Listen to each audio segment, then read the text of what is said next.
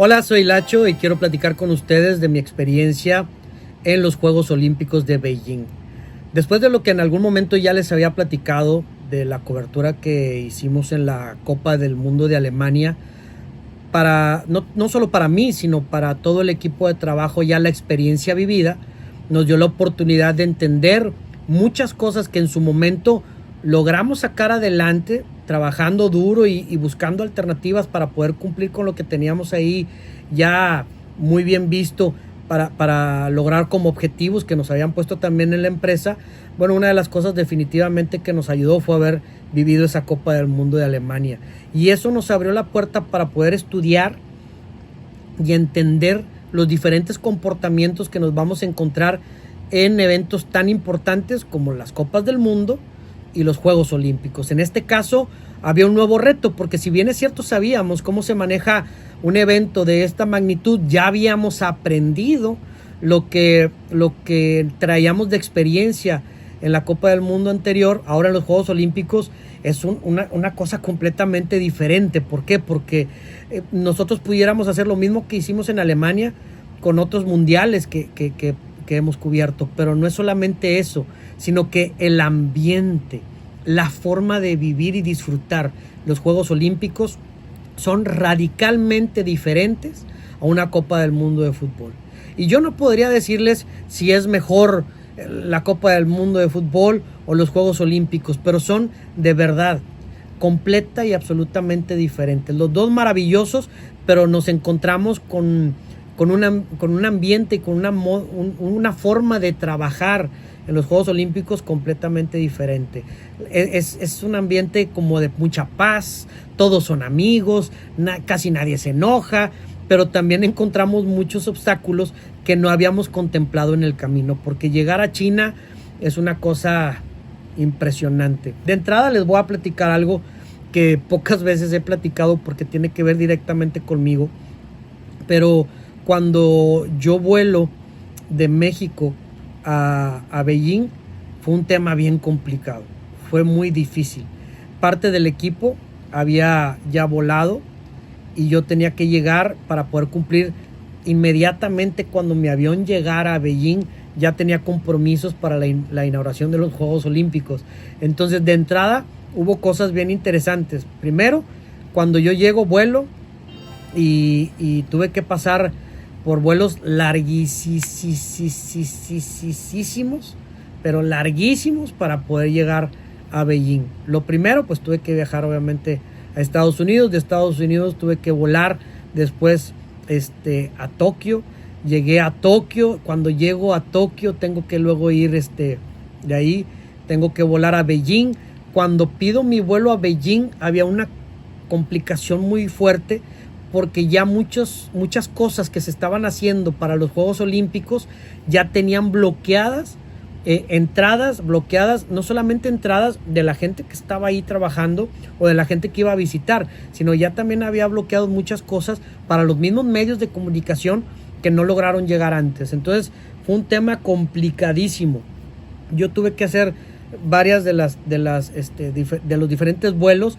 Me acuerdo que no había manera de podernos comunicar. En ese entonces no había tanta comunicación como hoy. Solamente había Messenger, y no es el Messenger que hay hoy.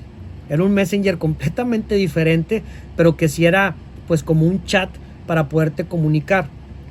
Me acuerdo que cuando por fin llegó mi vuelo a Beijing, una de las cosas que me sorprendió y que me gustó mucho después de todo lo complicado que había sido para mí, una de las cosas que me gustaron mucho pues fue el tema de ver desde el aire el aeropuerto de Beijing, que es un dragón perfecto, hecho perfecto, y ahí es donde llegan todos los vuelos, impactante. Pero yo tenía que haber llegado a Beijing a las 4 de la tarde de ese día, y yo ya había pasado hasta la 1 de la mañana. Entonces la gente que mandaron para recogerme por parte de la empresa de TV Azteca pues ya no me encontraron jamás, y no se podían comunicar conmigo. Yo no tenía internet para poderme comunicar, y a pura intuición y el instinto de supervivencia, pues yo trataba de encontrar y ver. Llego ya a la parte en el aeropuerto donde yo tenía que ya tomar obviamente pues todas mis maletas y demás, y llego y es un aeropuerto impactante y gigante, pero muy muy muy grande, y la verdad es que era complicado porque pues yo ahí medio tratando de encontrar cómo comunicarme con los chinos, pues no podía. Y en una de esas veo hacia la distancia, estando yo en el aeropuerto con mis maletas así gigantescas, caminando para todos lados, y a la distancia veo y era un McDonald's. Dije, gracias Señor. Aparte que soy fan de McDonald's. Yo creo que malamente dirán muchos, pero soy fan de McDonald's. Pero bueno, el tema es que veo McDonald's y dije, de aquí soy. Llego al McDonald's, ahí en el aeropuerto de Beijing, y evidentemente pues no hablaban inglés, y no hablaban japonés, y mucho menos español. Entonces veo yo ahí a la señorita y le digo, pues quiero a puras señalizaciones, quiero uno de estos, quiero unos nuggets, y quiero uno de estos, quiero unas papitas. Y me dice, ok. Entonces como me dice, aquí está. Y le digo, pues, ¿cuánto hay que pagar? Le hacía yo el señalamiento con las manos. Y ya me dice ella, 5 yuans. Son que todos le decimos luego yuanes, pero son 5 yuans, que son la moneda de China. Y yo no traía yuans, entonces le saco dólares y me dice, no dólar. Yo, ¿cómo? Dije yo, pues sí, ¿cómo si los gringos están metidos en todos lados y hay dólares por todos lados? Pues no dólar y no dólar. Entonces me ayuda a salir de donde estábamos en el McDonald's y me señala un pasillo larguísimo, y allá al final había una casa de cambio. Y ahí voy a la casa de cambio. Ya estábamos, era yo creo que las 3 de la mañana ya más o menos. Oye, pues voy ahí, estaba cerrada la casa de cambio. Entonces, ¿qué voy a hacer? Con una maletona, otra un poco más chica pero grandota. Yo ya tenía que estar trabajando. Y total, lo primero que vi, taxi, dije, pues taxi. Entonces, estaba un mono ahí parado, le dije, taxi, me dijo, taxi. No me preguntó a dónde vas, no me preguntó por dónde, cómo, de dónde vienes. El tipo nomás abrió la cajuela y metió la maleta y pues me subí. Y hagan de cuenta que salimos, la salida al aeropuerto es de donde está el aeropuerto hacia el lado de atrás, no hay nada y está todo oscuro, y por ahí pasan todos los taxis. Entonces, de entrada, yo no sé si ustedes han visto esta película y se van a burlar y a reír de mí mucho, pero hay una película que se llama Preso en el extranjero, de Richard Gere.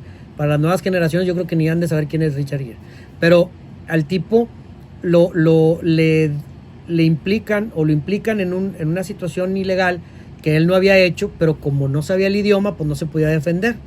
Y entonces, pues él se sentía horrible. Así me sentía yo. Dije, no, ahorita van a llegar a ver dónde me van a llevar y no sé qué. Entonces, total, lo primero que hice fue, agarré mi mochila, agarro una pluma y dibujé, según yo, el Estadio Olímpico de Beijing, que le llamaban el nido de pájaro.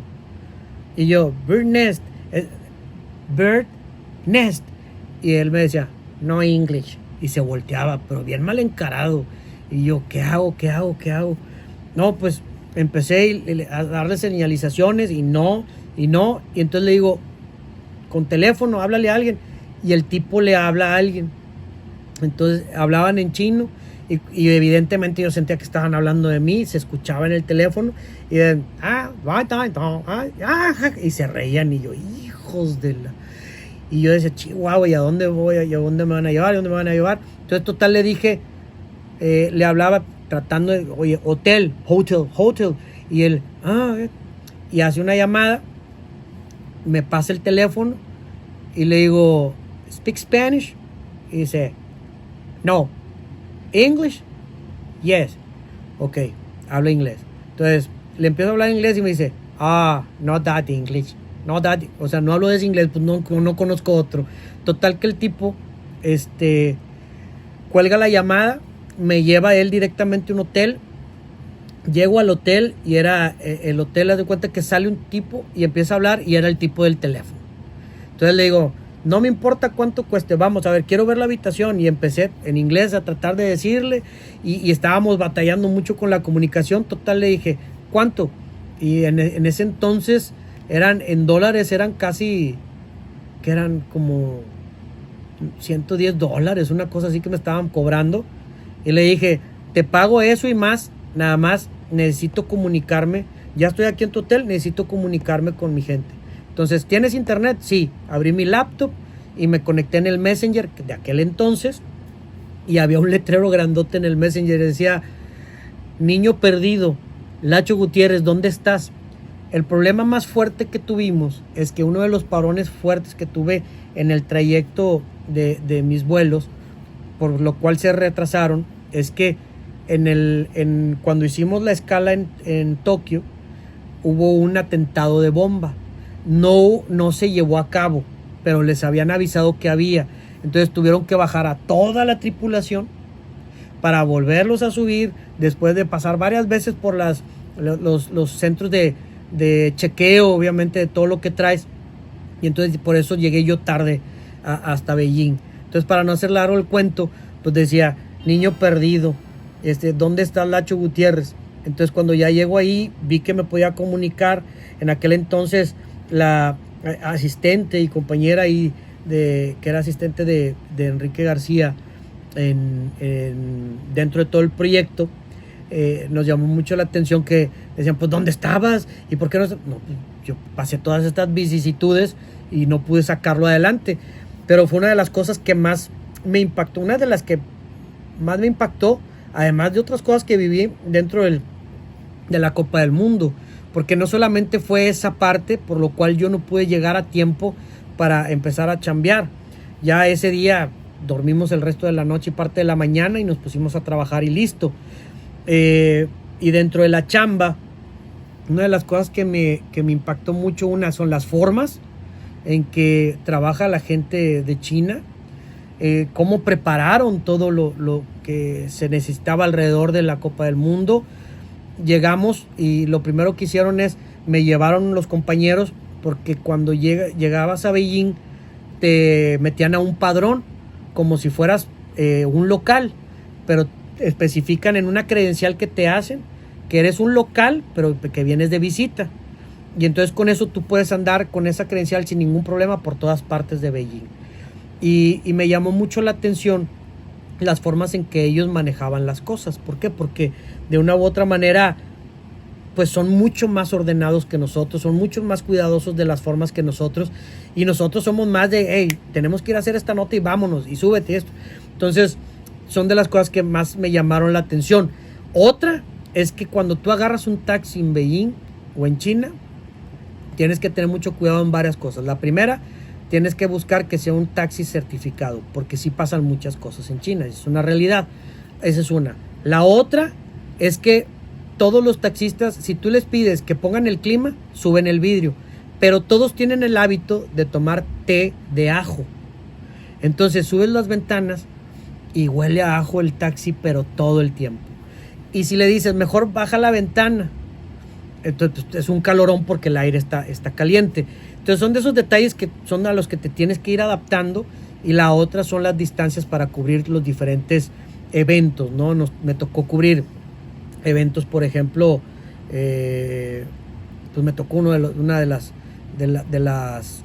los récords que hizo Usain Bolt, por ejemplo, impactante, ahí en el Nido de Pájaro, una cosa maravillosa. Nos tocó ver ahí también a Leo Messi, eventos deportivos que han marcado mi vida, ¿no? Y otra de las cosas también, todas las cuestiones extradeportivas que se dieron en esos Juegos Olímpicos. Me acuerdo muy bien de Laura Sánchez, clavadista, que traía un broncón bien fuerte, porque entre chismes, dimes y diretes y demás, pues resultó que pues la involucraban con uno de sus entrenadores, y había un tema de mucha, ¿cómo se puede decir? De un nerviosismo extraño, porque pues tenía que competir, pero tenía toda una cuestión personal que manejar. Medios de comunicación ya habían intervenido en eso. Me tocó, junto con Daniel, el buen Chitiba, viajar por carretera lejos de donde estaba la Villa Olímpica para poder platicar con Laura Sánchez y de toda la situación que estaban pasando. Y la verdad que da hasta cierto punto mucho coraje que haya deportistas que estén trabajando mucho y que luego pasen cosas que los sacan de concentración, y luego de ribete pues siguen perdiendo grandes oportunidades por cosas que pudieron haber manejado de una manera diferente. Pero al final de cuentas, bueno, es parte de la política que existe en todas partes, y entre la cuestión deportiva de nuestro país más. Y bueno, a cumplir con todo eso, fue fueron unos Juegos Olímpicos muy diferentes a lo cotidiano. Nos sacaron de las bases tradicionales que teníamos para trabajar, pero gracias a Dios nos fue muy muy bien. Fue una muy grata experiencia y esperemos próximamente poder regresar, porque Beijing es un país dentro de China. Beijing es una parte maravillosa, espectacular, que vale la pena conocer. Pero fue una experiencia, ahora sí que en todos los sentidos, muy pero muy gratificante. Espero que les haya gustado el video y activen la campanita para que estén al pendiente y que YouTube les avise de todos los videos que vamos a tener y contenidos para todos ustedes.